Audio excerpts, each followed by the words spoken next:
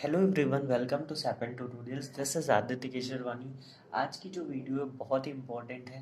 देखो, पहला जो टॉपिक है आज के वीडियो को, डॉक्यूमेंट रिक्वायर्ड ड्यूरिंग काउंसलिंग। जो कौन कौन से डॉक्यूमेंट काउंसलिंग के टाइम पे लगने हैं, एंड आफ्टर सीट अलॉटमेंट जब आपको कोई आईआईटी या एनआईटी मिल जाएगी तो कौन कौन से डॉक्यूमेंट वहाँ आपको सबमिट करना पड़ेगा, कौन से डॉक्यूमेंट्स बेसिकली आपको सेफली रखने हैं। ताकि क्योंकि ये होता है कि बाद में जब आपकी सीट अलॉट हो जाती है, अगर आप कुछ डॉक्यूमेंट्स अपना खुवा देते हो, कहीं से गुम हो जाता है, तो इसमें सीट कैंसिल होने के भी चांसेस होते हैं। और आईआईटी एनआईटी में सीट कैंसिल हो जाएगी तो आप वहाँ कुछ नहीं कर सकते हो। इस वजह से ये सेपरेट वीडियो मैं बना रहा हूँ ताकि आप अपने सारे डॉक्यूमेंट्स को सेफली रखें। ठीक है, अभी हम स्टार्ट करते हैं डॉक्यूमेंट्स रिक्वायर्ड ड्यूरिंग काउंसलिंग। अभी आपके पास काउंसलिंग के टाइम कौन कौन सा डॉक्यूमेंट लगेगा वो देख लो। तो सबसे पहला डॉक्यूमेंट है, 10th की मार्कशीट आपके पास होना चाहिए, या पासिंग सर्टिफिकेट भी जिसको हम बोलते हैं। ठीक है, ये होना चाहिए सबसे पहला। तो ये आई थिंक प्रोबेबली ये सबके पास होता है। सेकंड क्या है, आपके पास क्या होना चाहिए, 12th का होना चाहिए। 12th की मार्कशीट या पासिंग सर्टिफिकेट आपके पास होना चाहिए। ये तो हो गया। तीसरी बात ये है कि आपके पास डीओबी का प्रूफ होना चाहिए, मतलब आपकी डेट ऑफ बर्थ का प्रूफ मांगता है आपके काउंसलिंग टाइम पे ही। तो वहाँ पे आप क्या कर सकते हो, आप या तो आधार कार्ड सबमिट कर दो, या तो 10th का मार्कशीट या 12th का, इसमें भी आपका ये काम चल जाता है। ठीक है, 10th का मार्कशीट या 12th का डीओबी प्रूफ के लिए आधार भी सबमिट हो जाता है।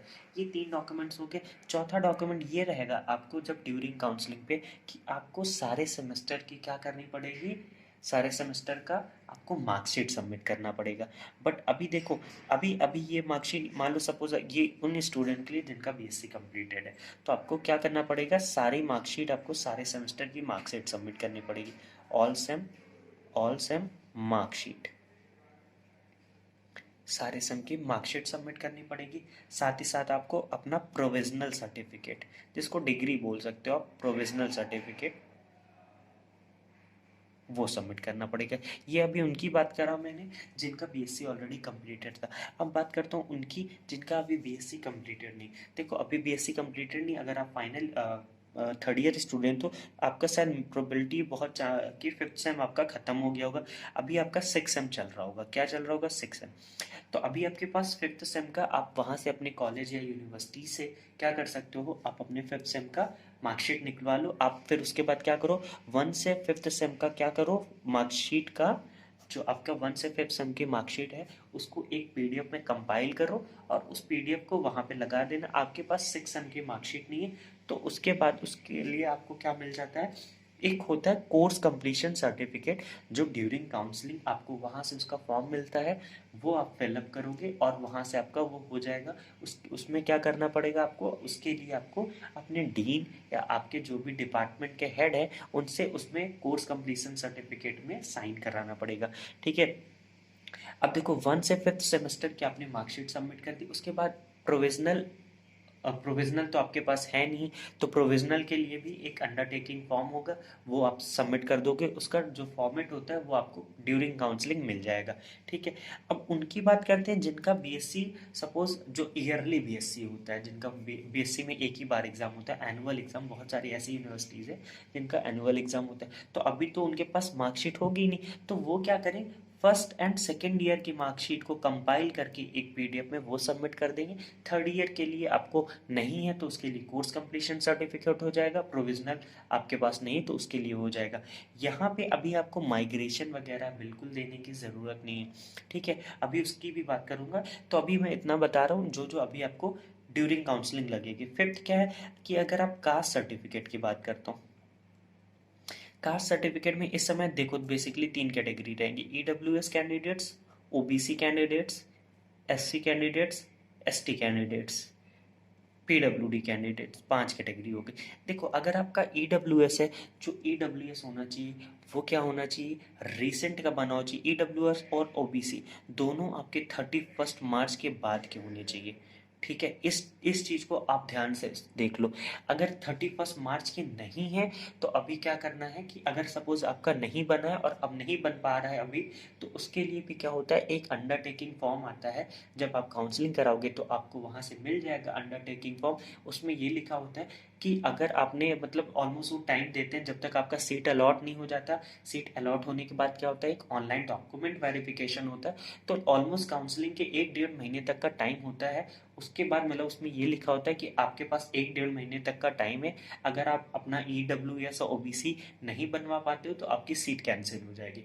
तो इसमें ये फॉर्म रहता है, लेकिन ऑलमोस्ट आप अभी से बनवाने स्टार्ट कर दो। देखो 1 अप्रैल है आज, तो अभी से आप बनवाने स्टार्ट कर दो तो आपका बन जाएगा उसमें अभी, क्योंकि काउंसलिंग में काफ़ी टाइम है तो वो हो जाना चाहिए। SC और ST कैंडिडेट्स की बात करता हूँ। SC ST कैंडिडेट्स के लिए उनका जो ऑलमोस्ट उनका अगर पुराना भी सर्टिफिकेट है ना, ऑलमोस्ट 6 से 7 साल पुराना भी होता है तो उनका चल जाएगा। सेम PWD के लिए भी है। तो कास्ट सर्टिफिकेट जानना बहुत ज़रूरी। ये EWS और OBC 31 मार्च 2021 इसका होना चाहिए। सपोज आपका बना है, मान लो आपने बनवाया था जनवरी में, मान लो पिछले साल बनवाया था, तो रिन्यू करा लो आप उसका। रिन्यू में भी ज़्यादा प्रॉब्लम नहीं होगी। और ये अगर अभी आपके पास नहीं बना है, सपोज अगर आपके स्टेट्स में लॉकडाउन लगने वाला है, तो अभी आप क्या करो, एडवोकेट को थोड़ा ज़्यादा पैसा दे दो, बनवा लो, नहीं तो प्रॉब्लम हो जाएगी आपके लिए। ये लिटरली बहुत प्रॉब्लम फेस कर सकते हैं। अभी आपके पास टाइम है, क्योंकि सिचुएशन जो चल रही है, हम नहीं कह सकते कि लॉकडाउन कब हो जाएगा। लॉकडाउन अगर हो गया तो ऑफिशियल काम बंद हो जाते हैं, फिर ये नहीं बन पाएगा तो दिक्कत हो जाएगी। अभी आप इसीलिए बनवा लो। ये बात होगी। इतने डॉक्यूमेंट्स आपको क्या करने पड़ेंगे। फिर एक और, जैसे फोटो और सिग्नेचर, ये सब तो नॉर्मली, आधार कार्ड आपका लगेगा, वो सब तो, ये सब डॉक्यूमेंट्स आपको देने पड़ेंगे ड्यूरिंग काउंसलिंग प्रोसीजर। अब आफ्टर काउंसलिंग की बात करता हूँ। हाँ, यहाँ पे एक और डॉक्यूमेंट, स्कोर कार्ड, अपना जैम स्कोर कार्ड, वो भी सबमिट करना पड़ता है। स्कोर। अब देखो आफ्टर काउंसलिंग, सपोज आपको कोई IIT NIT अलॉट हो चुकी है, उसके बाद क्या होता है, ऑनलाइन डॉक्यूमेंट वेरिफिकेशन होता है। जनरली जो होता है वो आपके इंस्टीट्यूट में जाके आपको कराना पड़ता है। बट जो आपका बैच है, प्रोबेबिलिटी ये है कि इस बार ऑनलाइन डॉक्यूमेंट, मेरे टाइम पे 2020 के बैच में ऑनलाइन डॉक्यूमेंट वेरिफिकेशन हुआ था। तो इस बार भी क्या हो सकता है, ऑनलाइन डॉक्यूमेंट वेरिफिकेशन होगा। उसके लिए आपको क्या क्या सबमिट करना पड़ेगा। सबसे पहले तो आपको, क्योंकि तब तक आपका क्या होगा, 6 सेम वगैरह का रिजल्ट आ जाएगा। ठीक है।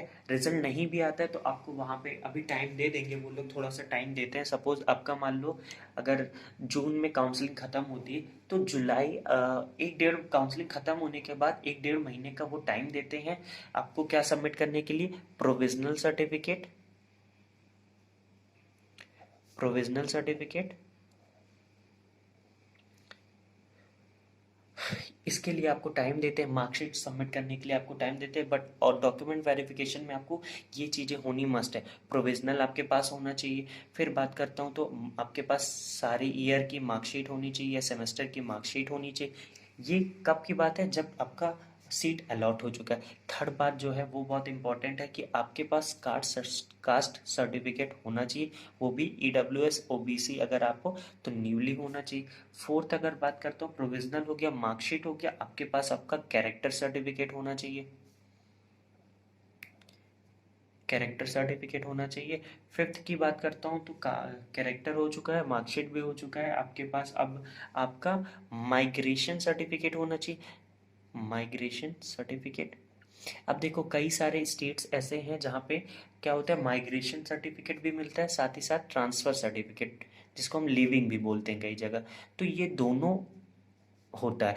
तो देखो जिन जिन स्टूडेंट्स को जो स्टेट से बिलोंग करते हैं, सपोज आप महाराष्ट्र से बिलोंग करते हो तो आपको दोनों मिलेगा। तो जनरली IIT NIT में आपको दोनों सबमिट करना पड़ता है। बट यूपी के स्टूडेंट्स के लिए ये है कि वहाँ पे जनरली सिर्फ माइग्रेशन मिलता है। तो उनके लिए फिर आप IIT NIT में जब आपका हो जाएगा तो वहाँ बता दोगे कि हम इस स्टेट से बिलोंग करते हैं, हमें सिर्फ इतना मिलता है, तो वो ओके हो जाएगा। सेवन्थ ये बात है कि आपको अपना जैम स्कोर कार्ड संभाल के रखना है। जब आपका ऑनलाइन डॉक्यूमेंट वेरिफिकेशन होगा वहाँ आपको सबमिट करना पड़ेगा। वो भी आप क्या करो, कलर्ड प्रिंट आउट करा लो उसका। क्या करो, कलर्ड प्रिंट आउट उसको करा के आप सेफली रखे रहो। एट्थ क्या है कि आप भी, आपको जैम एडमिट कार्ड भी आपका वहाँ पे डॉक्यूमेंट वेरिफिकेशन में, जब अगर आपका फिजिकली होता है तो भी लगेगा, ऑनलाइन में भी लगेगा। तो जैम एडमिट कार्ड भी संभाल के रखना, स्कोर कार्ड भी। ये सब बाकी तो आपको सारे मिल ही जाएंगे। आई थिंक इतने सारे डॉक्यूमेंट्स हैं जो आपको सेफली रखना है, ये बाद में आपका लगेगा। एडमिट कार्ड खुवा मत देना। स्कोर कार्ड सपोज किसी ने डाउनलोड किया, उससे डिलीट हो गया है, अब उसने क्योंकि 3-4 महीने बाद क्या होती है, साइट ब्लॉक हो जाती है, साइट नहीं चलती, तो दोबारा आप नहीं डाउनलोड कर पाओगे। तो अभी से क्या करो, कलर्ड प्रिंट आउट करा के रख लो उसका, 2-3 जगह और कॉपी कर लो अगर जो भी पीडीएफ आपने डाउनलोड की है, ताकि वो चीज़ खोए ना। आई थिंक इतना सफिशिएंट है, इतनी आपको जितना डॉक्यूमेंट्स लगना था वो सारा मैंने बता दिया है। सो या किसी को और कुछ जानना होगा तो व्हाट्सएप ग्रुप का लिंक है डिस्क्रिप्शन में, मैं अवेलेबल रहता हूँ, you can ask me any time. So yeah thank you so much for watching the video.